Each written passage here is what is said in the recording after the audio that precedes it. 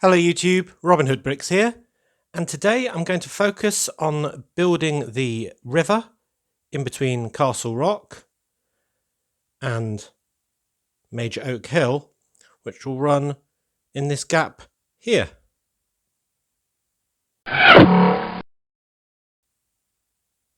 Right, so I'm going to call this river the River Trent because that's the name of the river that goes through real life Nottingham, although the real life river is actually one of the biggest rivers in the UK, or longest at least, and this is relatively small at only 8 studs wide, but nonetheless it's going to be the only river in my city, so the River Trent it is.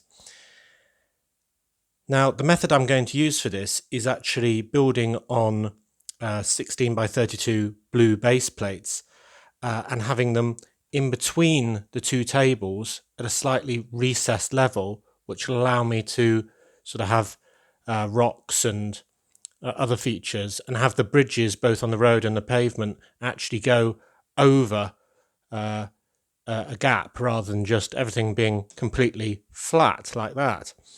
So I don't know if I'm going to have to support them from below as well, these base plates, from the lower level of table, which is my subway level down there. But I might have to use some sort of tool pieces to sort of hold this from underneath to sort of support it. But it might be that if I have enough hanging on the sides that can stick to things like the railway line that are already on this bit, maybe it can be suspended by clutch power alone. So we'll only find that out by attempting it.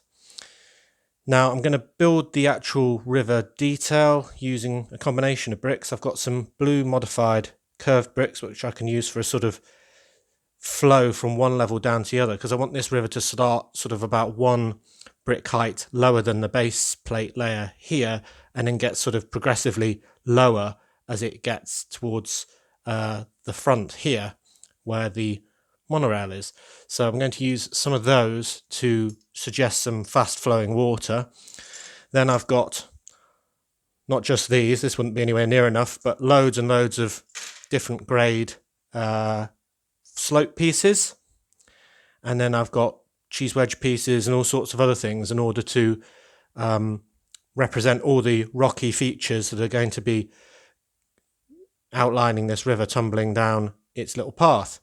And then obviously we have to amend the water wheel to make it lower so it will actually dip into, or very near to in reality, the water, so it looks like that would get powered by the river. So I think the first thing to do is to get this in position under there and work out exactly what it can stick onto in the layer above, because we've got some rocks of Castle Rock overhanging the base plates, and obviously we've got both of those two railway lines. So I'm going to do that first.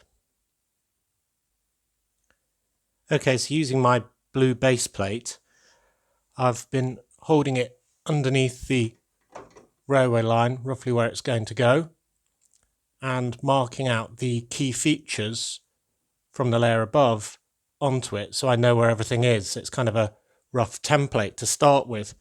So that looks something like this, but this is a bad angle to show you in much more detail, so I'll just cut to a different angle. Okay, so here's my template that I can work on. So the river's basically that way to the wall, and I've started off by marking just with a 1x8 plate at each end where the actual gap is that I'm trying to align with, and then I've just used some temporary random coloured bricks to mark out where the last sleeper is for each of the railway lines on this side and on the other side. But there's also a rock that overhangs the base plate on the layer above, so that will overhang this section as well. So essentially all this area, these 3 bits and these 2 bits, will actually be able to attach to the layer above and maybe actually support the entire weight of this river outline. We will see. The other thing is these bright white bricks are just marking where the water wheel is. So obviously we have to accommodate that. We can't have too much going on in the way of rocks there because that has to be clear. So I'm going to use this as a starting point for adding a lot more detail. Okay, so the very first step of that, I've added a sort of little torrent at the very edge, which will be against the wall, and I've just used some different coloured and different shaped slope pieces. There's a curved 1x2 there, and one of those ones that's sort of almost a modified plate in a light grey there, just for a bit of contrast. So that's the very start of it. Now, these bits will basically abut underneath the base plates above, and then you see that that will be completely level with there, and the rower line will basically sit on top of that. So I'm going to have some bricks that sort of extend underneath the other ones just to support this as a really good connection. So you see there, that's where the rock that's currently overhanging the base plate above will connect seamlessly with here. So I'm just using this small 8x16 base plate as a sort of tool to work out exactly what the relative positioning of everything will be, because a base plate sat on top of a brick is exactly the same depth as a plate. Right, so I'm going to keep doing that and build a bit more detail along both these sides. Okay, so here's my first stab at the side. It looks very plain at the moment, just a few different 2x3 and 1x2 slopes and one of these good pieces. You've seen me pick up all these different shapes in all the recent brick hauls over the last few weeks, but that's given me quite a jagged edge, and it doesn't need to be too complicated. That's why I put in some of these bricks, just because that's going on top as before, and the railway lines are going to basically be kind of there and there, so there's no point getting too much detail in these sections. It's just a waste of good bricks. But you can see through the sleepers, so I've done a little bit of detail so it doesn't look too uniform either. And then here I've just started recessing it a little bit so there's plenty of room for the water wheel there. Right, I'm going to do this side the same. Okay, and here's the second side. So you can see I've done that similarly but different, lots of different shapes of slope and so on. I've also added some sort of rocks in the middle of the stream that you'll be able to see, or the River Trent as I'm calling it. I've even used some dark green slopes for the first time. And this is where the two rower lines will be as before. And I've started using some curved slope pieces. So here's a 2x2 curved slope in dark green, and it just means that when I have the base plate above, which will be sort of at this level, I'll be able to actually connect from above as well the two pieces together.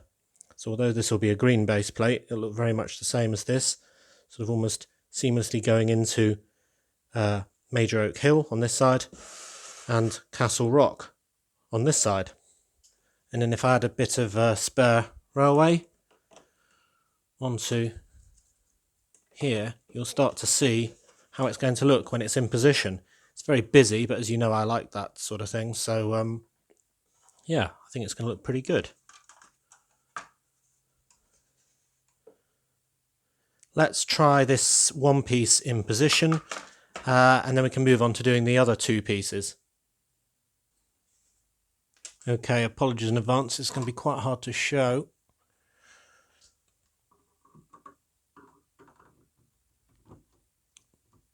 And I'm not going to push it firmly in, but that is how it's going to look. But a little bit higher because it will be pushed together. I think there's going to be enough clutch power for it to work actually. I think I'm going to lower the water wheel next just to make sure that connection works well. Okay, so here's the blacksmith again. Just pulled that building out briefly so I can get this water wheel lowered.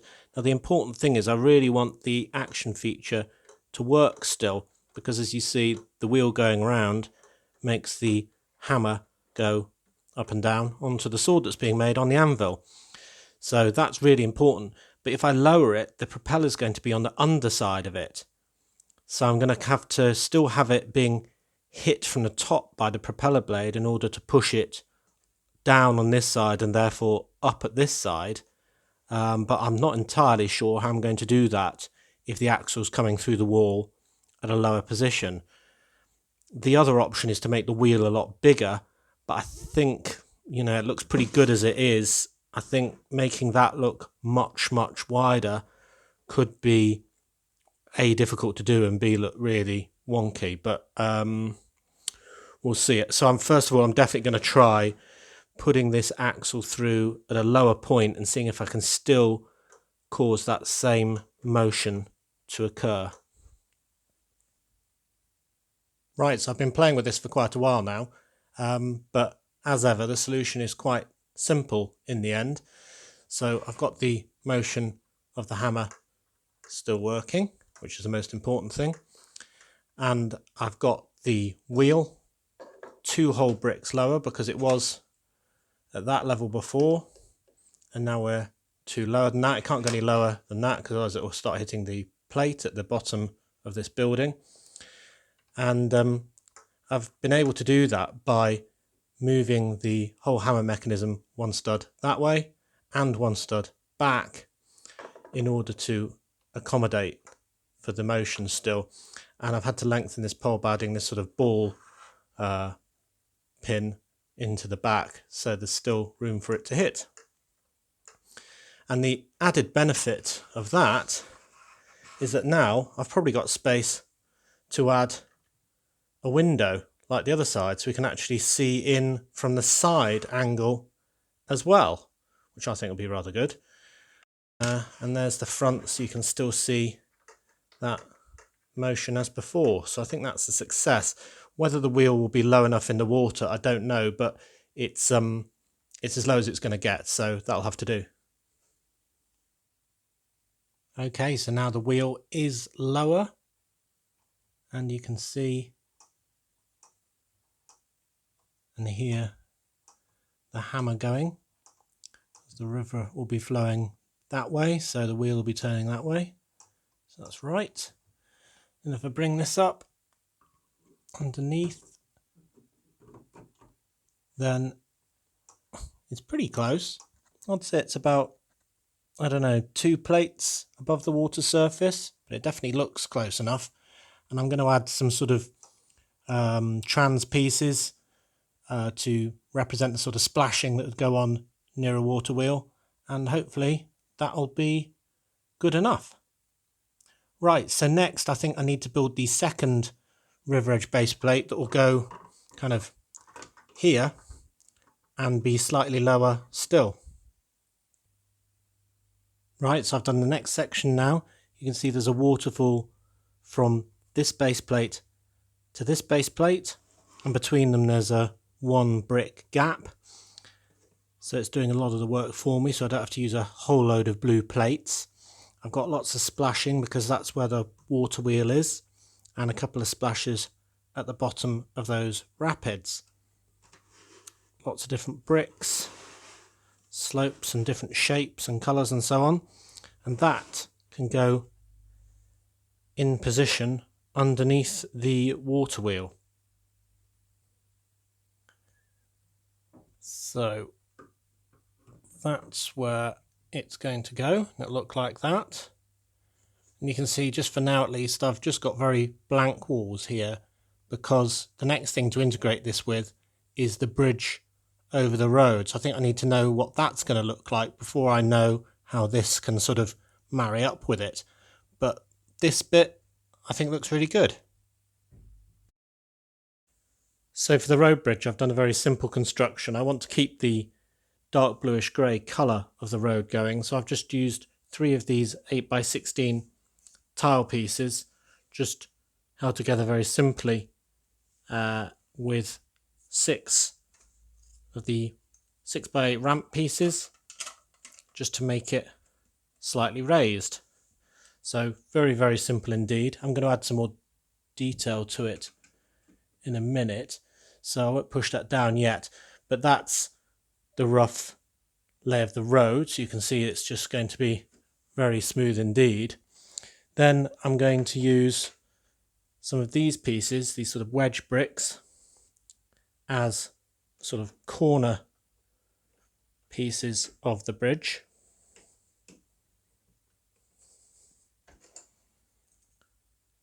And they'll just give it a bit of ornateness on its four corners and sort of seamlessly connect with the pavement or sidewalk. And then there'll be arches, just some shallow arches on both of the sides. And I thought on this side, on the front side, the side we're going to be able to see, I thought I'd also add a danger swimmers sign with a crocodile. That's from the Killer Croc Batman set that was relatively recently, the sticker I mean. And even though there aren't crocodiles in Nottingham or even the UK outside of a zoo, doesn't mean there can't be one here. So I'll have that hanging off that side of the bridge, which will make a lot more sense when I've put the water underneath. So there it all is pushed down, and our tour bus can go over very smoothly. I've also added some hazard stripes on the corners and some nice sort of slopes, which will be the artificial sort of embankment side of the river edge. Right, let's look at the third plate of the river. Now the third plate of the river is mainly under the bridge. So you can see that there was the first one we did up here with the water motion caused by the water wheel here. And then in between here and here is the bridge. So that's why I've started to use some Technic pieces and some red plates so I can save the more useful dark bluish grey ones. So that'll be completely covered. And as you can see, I've used the sort of albino crocodile from the recent Hidden Side shrimp boat set to hide underneath that bridge. And he'll be right next to that sign. If I just take that off the bridge, and the arches of the bridge will be over there. So he'll just be peeking out right next to a sign warning against him. So I think that's quite funny. A few more rocks in the middle, and this will be on the other side of the road. So the monorail is pretty much here, right after the road bridge, and then we'll have a pedestrian bridge over this very, very last bit. Phew, right. So the next thing is to put this into position where it'll be hanging by clutch power alone, and I don't think that'll be enough. So I'm probably going to have to make some struts to sort of hold it up so it's supported from the subway level tables underneath the main tables. Now unfortunately I've hit upon a bit of a snag, that if I have the river coming out from the bridge as I was at this level, the level that the waterfalls had sort of gone down to, then by the time it meets the edge of my setup, it's going to be much higher than the level of water in the marina, and it'd be ideal if it came out like this. So what I think I'm going to do is have a bit of magic going on underneath the bridge, where it enters the far side of the bridge sort of at this level of water. Obviously there's a lot more waterfalls going on underneath the bridge, and then it sort of pops out at a much lower level.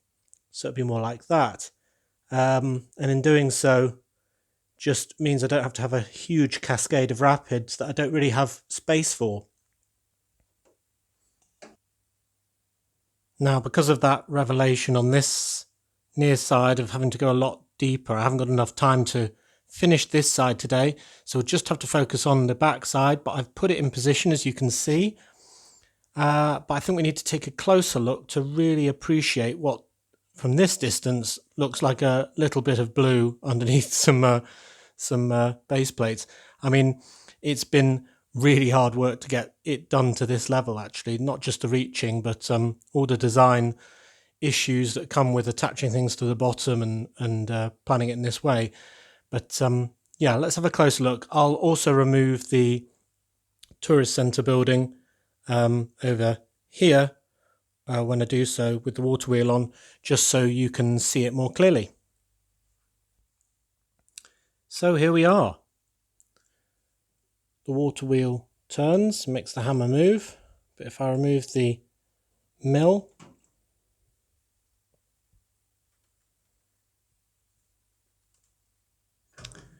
you can see we've got a nice river all the way along here with lots of stones and water ripples and all the rest of it. Yeah, it's just so impossible to show. I'm going to have to go handheld. So there you are, you can see the top waterfall there with the first rail line being in midair. Some rocks in the middle. And then the second rail line also just above the water level. Then we've got where the water wheel is, a further drop down, and then into the bridge.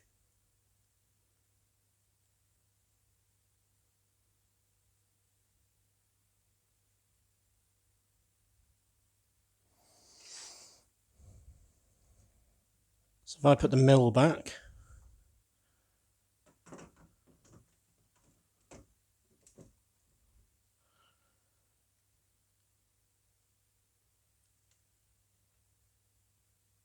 you can see it's looking pretty good, I think.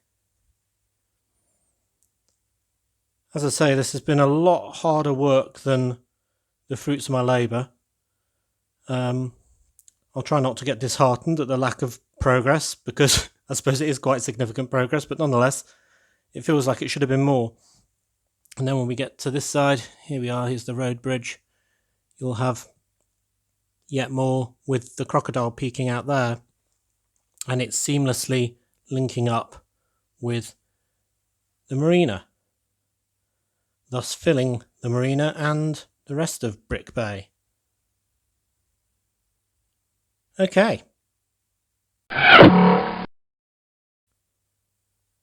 Well, I suppose that ended up being River Part 1 rather than just the whole river. But there we go. Do remember to like, comment and subscribe as always. And next time on Robin Hood Bricks, I guess we'll be finishing off the rest of this river. See you next time!